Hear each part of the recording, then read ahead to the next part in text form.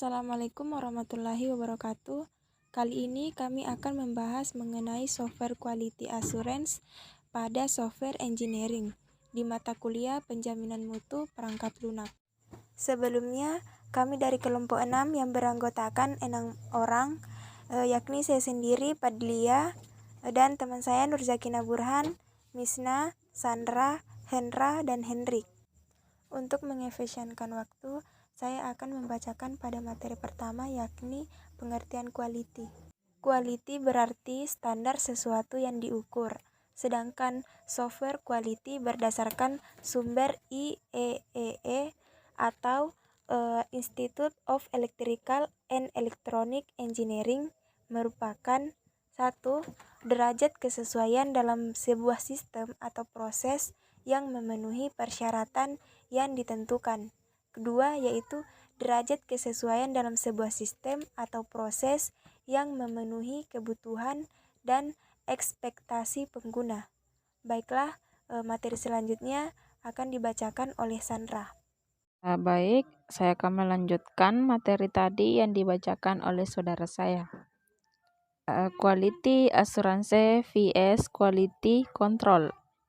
Yang pertama, QA merupakan suatu standar ukuran kualitas yang menjamin proses pengembangan produk sesuai dan benar.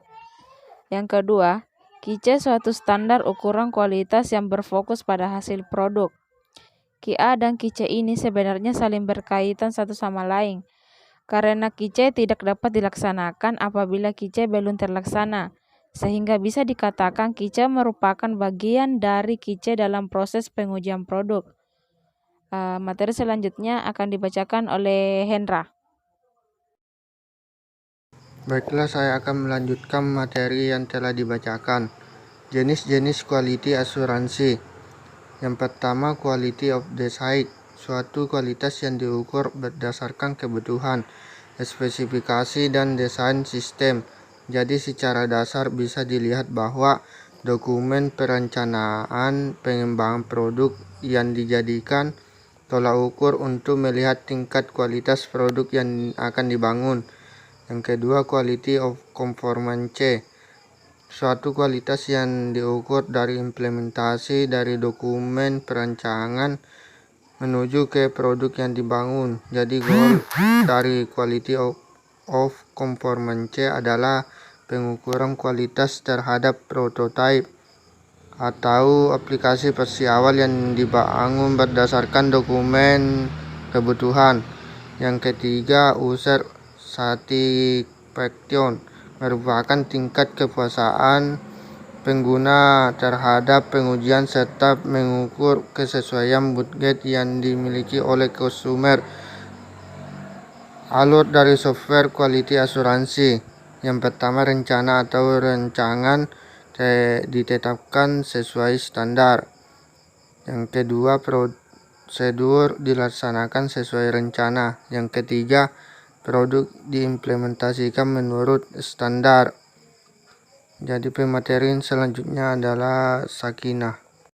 Baik, untuk mempersingkat waktu, langsung saja di sini ada tujuan software quality assurance.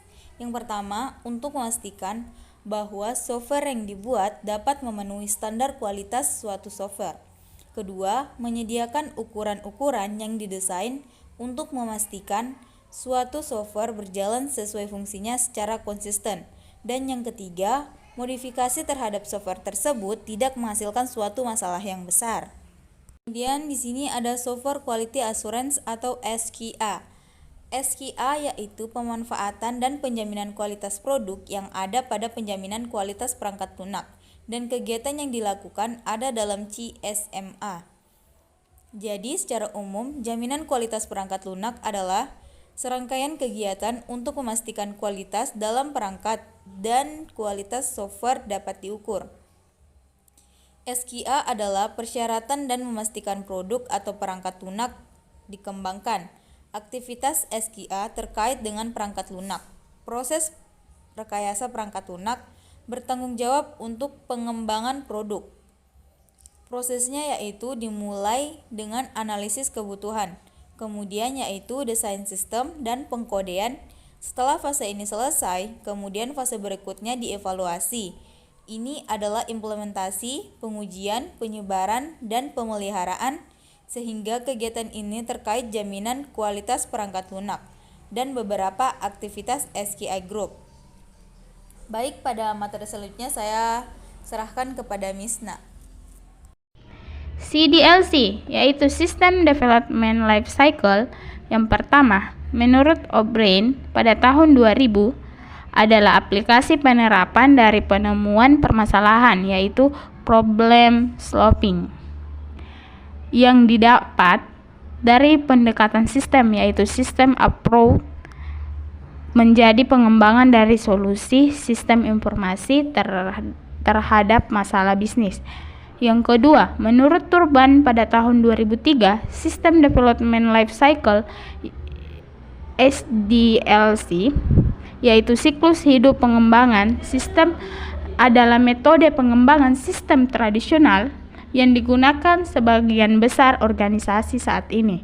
CDLC adalah kerja framework yang terstruktur yang berisi proses-proses sekuensial di mana sistem informasi dikembangkan. Yang ketiga yaitu menurut Asar Susanto pada tahun 2004 menyatakan bahwa System Development Life Cycle SDLC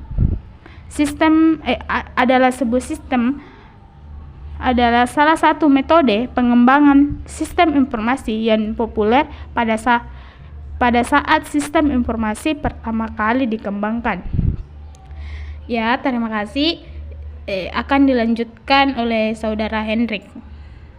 Oke, saya akan melanjutkan materi dari kelompok kami yang membahas tentang software quality asuransi dan software engineering.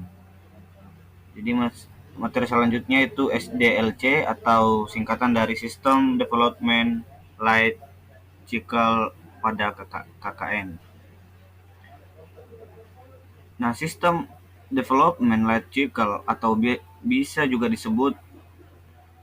disingkat sebagai SDLC adalah model konseptual dalam proyek manajemen yang menjelaskan tahapan kerja dalam pengembangan sistem informasi. SDLC itu meliputi studi kelayakan dari tahap awal hingga pemeliharaan aplikasi. Tujuan daripada SDLC ini adalah menghasilkan sistem berkualitas tinggi yang sesuai dengan kebutuhan pelanggan dalam hal waktu, biaya, efektivitas, dan efisiensi. Untuk itu, sistem ini berisikan rencana lengkap untuk mengembangkan, memelihara, dan menggantikan perangkat lunak tertentu. Kemampuan personil di bidang pengembangan perangkat lunak sangat bervariasi sejalan dengan munculnya berbagai institusi pendidikan, formal maupun informal. Pada siklus pengembangan perangkat lunak SDLC atau System Development Life Cycle terdapat berbagai subbidang yang masing-masing memerlukan standar kompetensi yang sesuai. Salah satunya adalah bidang software quality asuransi atau penjaminan kualitas perangkat lunak yang terkait dengan kegiatan untuk menjaga agar perangkat lunak yang dihasilkan memiliki kualitas tertentu sesuai dengan kebutuhan yang ditargetkan.